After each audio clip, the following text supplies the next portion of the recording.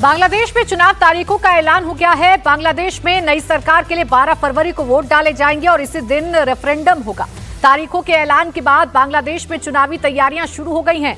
चुनाव की जैसी तैयारी बांग्लादेश में चल रही है, वैसी एक तैयारी भारत में चल रही है। ये तैयारी यूपी में हो रही है। इलेक्शन कमीशन एसआईआर के जरिए फर्जी वोटर हटा रहा है और यूपी सीएम योगी की फोर्स डिटेक्ट, डिलीट और डिपोर्ट फॉर्मूला से बांग्लादेशियों को रिमूव कर रही है। योगी 10 लाख घुसपैठियों को बांग्लादेश भेजने वाले हैं और इसी बात को लेकर बंगाल से लेकर बांग्लादेश तक इस वक्त खलबली मची हुई है। लोगों को बॉर्डर से दूर रहने के लिए कहा जा रहा है। बीएसएफ का डर दिखाया जा रहा है। यूपी से लेकर बंगाल और बांग्लादेश तक डिटेंशन की कितनी टेंशन है, इस रिपोर्ट में देखिए।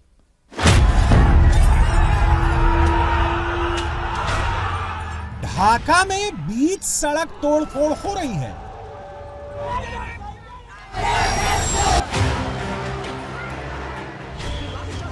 बांग्लादेश में दनादन लाठी डंडे चल रहे हैं।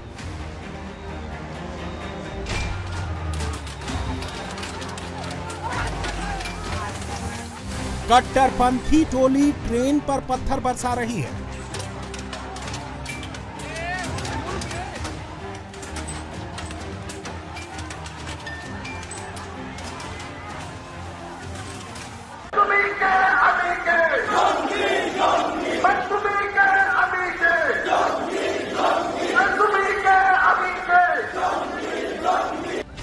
जिहादी सरेआम ऐलाने जंग कर रहे हैं।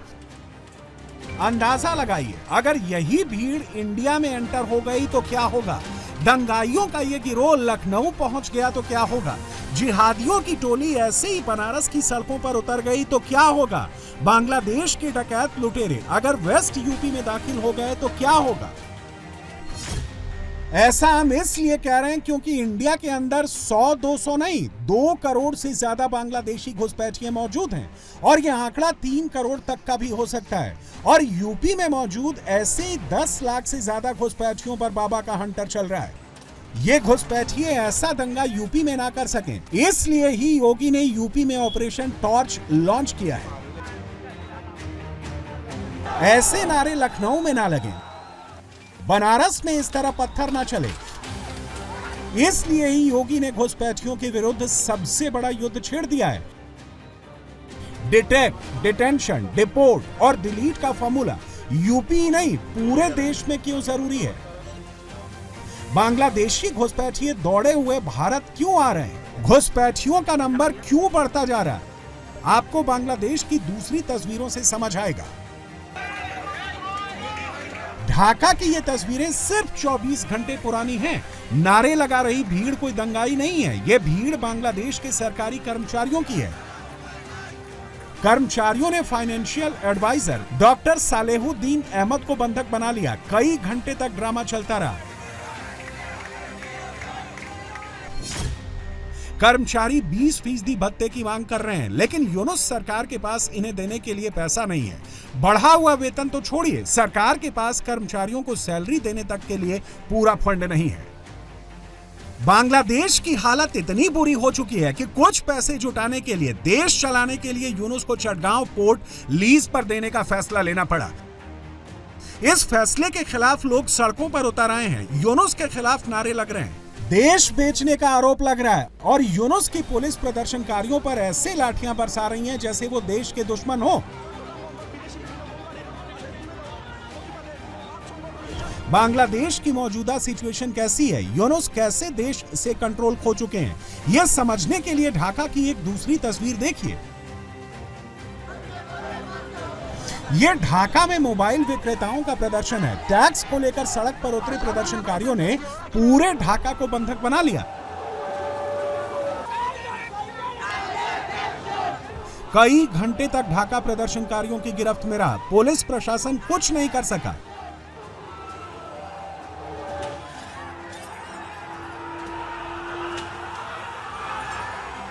जब इन लोगों की सुनवाई नहीं हुई तो इन्होंने सड़क पर ही दंगा शुरू कर दिया। बसें तोड़ डाली, गाड़ियों पर डंडे बरसाए। बांग्लादेश में इस वक्त कोई सेफ नहीं है। हिंदुओं के लिए जान और इज्जत बचाना मुश्किल हो रहा है और मुसलमानों के लिए 2 वक्त की रोटी का इंतजाम करना टेढ़ी खीर बन चुका है। ऊपर से जुल्म बढ़ता जा रहा है। खुद देख लीजिए।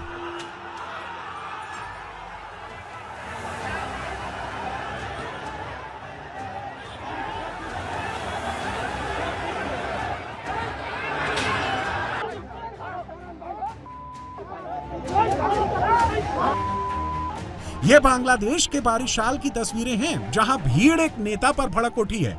आरोप है कि एबी पार्टी का ये नेता लंबे समय से लोगों से अवैध वसूली कर रहा था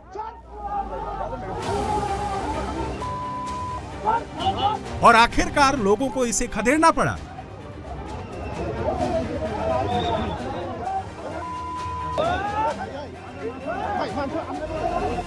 ऐसी दूसरी भीड़ ने जबरन वसूली के आरोप में एक युवक को पीट पीट कर मार डाला।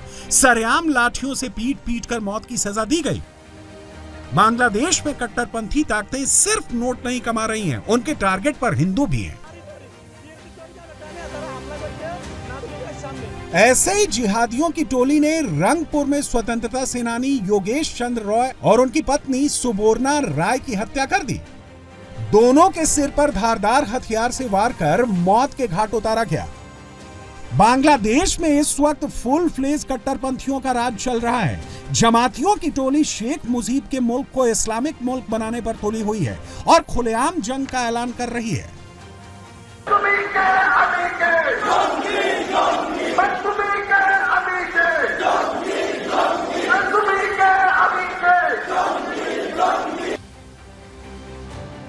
कट्टरपंथियों का मकसद बांग्लादेश में शरिया लागू करना है।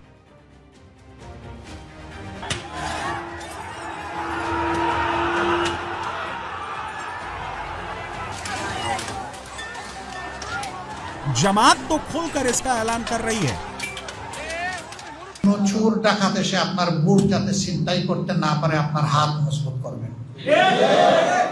আমরা ইনশাআল্লাহ আপনাদের সাথে থাকবো আল্লাহ ইনশাআল্লাহ। আমরা তাদেরকে মেসেজ দিয়ে দিব, যদি কেউ তোমার বুট তুমি দাও কিন্তু আমার বুটে হাত দিলে কিন্তু খবর আছে, কোনো ছাড় দেওয়া হবে। যদি ইসলামী রাষ্ট্র কায়েম হয়, একদিনে হোক আর 10 বছরে হোক, ইনশাআল্লাহ এই অধিকার জনগণের ঘরে পৌঁছবে ইনশাআল্লাহ। সেই দিনকার শাসকরা হবে আনন্দিত, সেবকরা হবে আনন্দিত, জনগণ হবে আনন্দিত।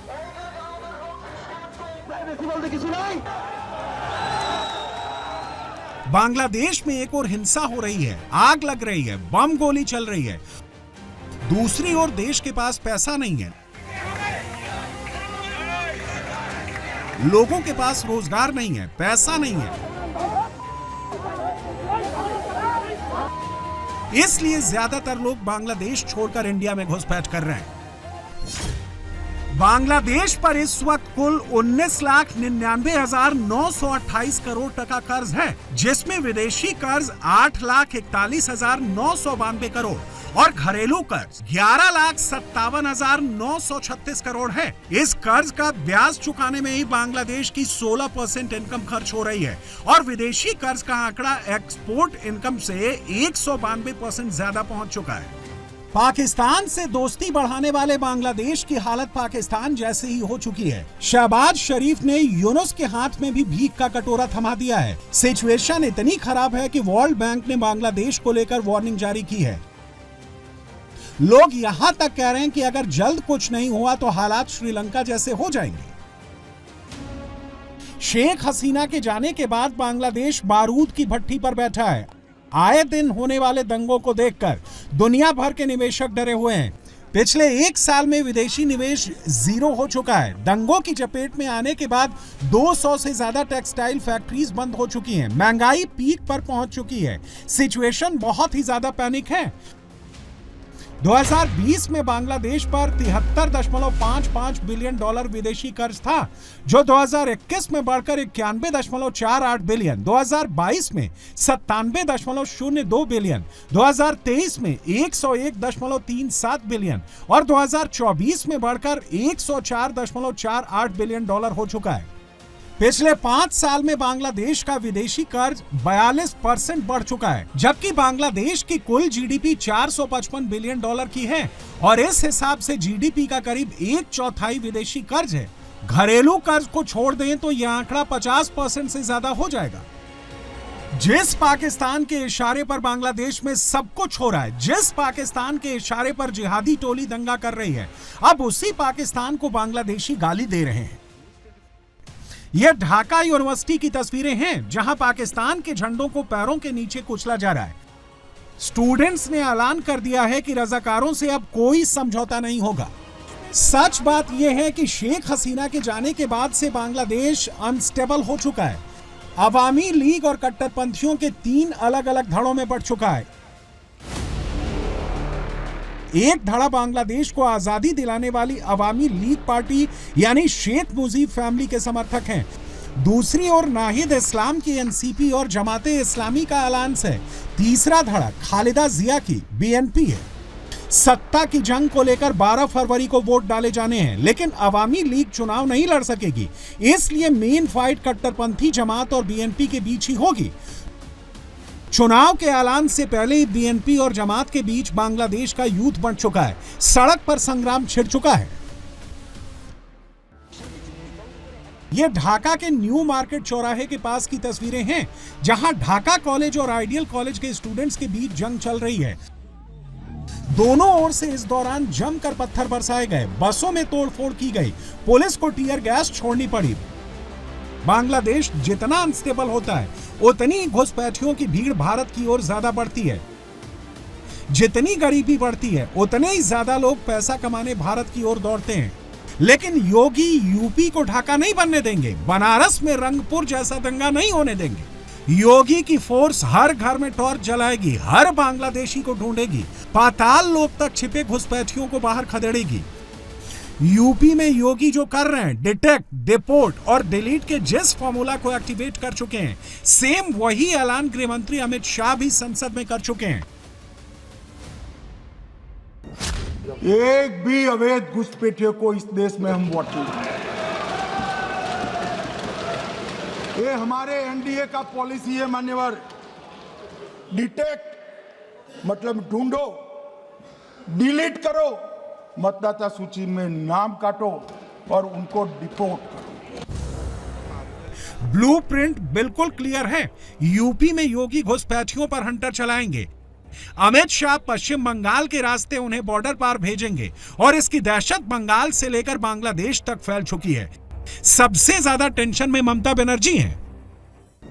আর এখানে তোমাদের আদেশও চলবে না। মনে রাখবেন, বাংলায় ডিটেনশন ক্যাম্প হবে না, হবে না, হবে না। এতদিন যখন করিনি, যতদিন থাকবো করতে দেব না, দেব না, দেব না। কাউকে ঘর ছাড়া হতে হবে না, ভয় পাবেন না। ওরা বলছে তাড়িয়ে দেবো রোহিঙ্গা। কোথায় রোহিঙ্গা দেখাও। ममता ऐलान कर रही हैं कि वो कोई डिटेंशन सेंटर नहीं बनने देंगी। दावा कर रही हैं कि कोई रोहिंग्या या बांग्लादेशी बंगाल में मौजूद नहीं है। लेकिन सच ममता को भी पता है, इसलिए वो घुसपैठियों को क्लियर कट मैसेज दे रही हैं कि भूल से भी बॉर्डर के पास मत चले जाना। শুধু আমার একটাই অনুরোধ, বর্ডার এরিয়ায় যেখানে বিএসএফ আছে ওদের ধারে কাছে যাবেন না। এখানে একজন স্বরাষ্ট্রমন্ত্রী আছেন, তিনি করতে পারেন না এমন কোনো কাজ নেই। তার দু চোখ দেখলেই মনে হয় ভয়ঙ্কর দুর্যোগের বার্তা, দুরভিসন্ধি। ममता बनर्जी ये मैसेज इसलिए दे रही हैं क्योंकि बांग्लादेशी घुसपैठियों का सबसे बड़ा एंट्री पॉइंट ही पश्चिम बंगाल है। घुसपैठियों का सबसे ज्यादा नंबर भी बंगाल में ही है। बांग्लादेश से आने वाले घुसपैठिए मालदा, 24 परगना, मुर्शिदाबाद, दिनेशपुर, छपली जैसे इलाकों से भारत में दाखिल होते हैं और इसके बाद सहूलियत के हिसाब से देश के अलग अलग राज्यों में फैल जाते हैं।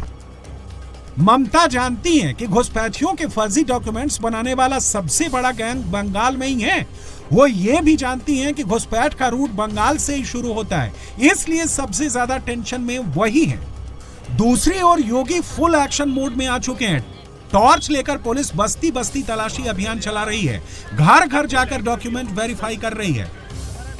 इन्हीं तस्वीरों को देखकर पूरे इंडिया में मौजूद घुसपैठियों को भरी सर्दी में पसीना छूट रहा है। जो घुसपैठी एसआईआर से नहीं डरे थे, वो एसआईआर के पैरेलल चल रहे वेरिफिकेशन ड्राइव से दहशत में आ गए हैं, क्योंकि सबको पता है कि योगी अब किसी घुसपैठियों को नहीं छोड़ेंगे। यूपी को बांग्लादेश नहीं बनने देंगे, ये कंफर्म है।